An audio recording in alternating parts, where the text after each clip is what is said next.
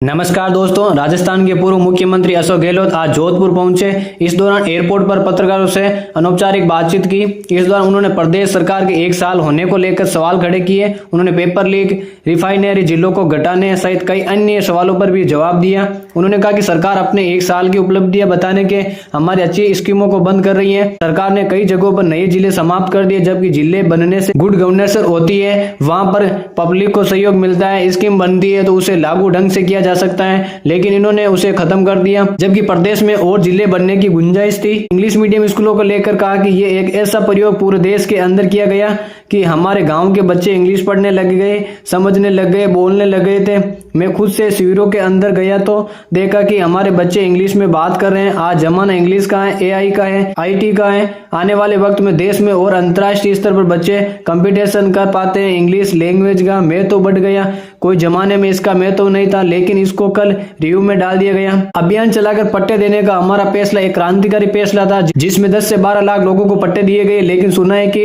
इस सरकार ने उसके लिए रिव्यू करवाना शुरू किया। अब जिसने अपने मकान बना दिए उनका क्या होगा। ईआरसीपी पर कहा कि यह समझौता गुप्त रखा गया, जो हमें आज तक समझ नहीं आया।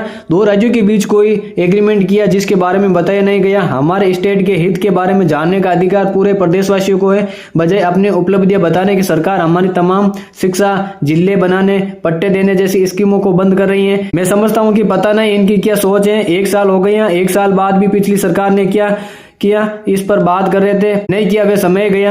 हमारे समय में बन रही सड़कों को बंद कर दिया। गांव-गांव में सरकार या नहीं ऐसा माहौल बना हुआ है। सरकार बनने के 1 साल के अंदर ऐसा माहौल बन गया, जबकि हमने उनको पूरा मौका दिया था कि पहली बार नए मुख्यमंत्री बने, इनका अनुभव नहीं है तो पूरा मौका देना चाहिए था। 1 साल में कोई आंदोलन भी खड़ा नहीं हुआ। लेकिन अब जिस प्रकार का व्यवहार ये लोग कर रहे हैं, उससे अब प्रदेश कांग्रेस कमेटी ने भी आंदोलन करने की तैयारी की। जिलों में संभा खत्म होने को लेकर लोग बड़े लेवल पर मीटिंग कर रहे हैं। सरकार पता नहीं किससे बदला ले रहे हैं, हमसे या जनता से। इन्होंने झूठ बोलकर चुनाव जीत लिया कि हिंदू को 10 लाख दिए, मुसलमान को 50 लाख। हमारी सरकार बदल गई, लेकिन अब ये बदला किससे ले रहे हैं। जिला खत्म होने से नुकसान किसको होगा, कांग्रेस को या जनता को। जब सीएम बजलाल जोधपुर आए तब हमारे ऊपर आरोप लगा रहे थे कि मुख्यमंत्री है तब उनके गृह जिले में सड़क नहीं। लेकिन अब क्या है, अब यहाँ के लोग पूछ रहे हैं कि आपने मुख्यमंत्री बनने के बाद जोधपुर के लिए क्या किया, जबकि हमारे समय में जो स्वीकृति की थी वे सब रोक रखी है। फिनटेक यूनिवर्सिटी को लेकर कहा कि इसके भवन का निर्माण हो चुका है, लेकिन उसके आगे कुछ नहीं किया जा रहा है। जयपुर में Mahatma Gandhi institute of social science बनाया था, लेकिन उसे खत्म कर दिया। हालांकि उस पर हम महात्मा गांधी का बोर्ड जरूर लगा, जिसे देखकर एक खुशी है जरूर हुई कि उन्होंने नाम नहीं बदला, ये काम ठीक किया। ऐसे ही भर्ती को लेकर कहा कि ये खुद चाहते यही है। देश भर में गुजरात, यूपी, बिहार, पंजाब कहाँ पेपर लीक नहीं हुए। देश भर में 70 जगहों पर पेपर लीक हुए। केंद्र सरकार की नीट परीक्षा का पेपर लीक हुआ।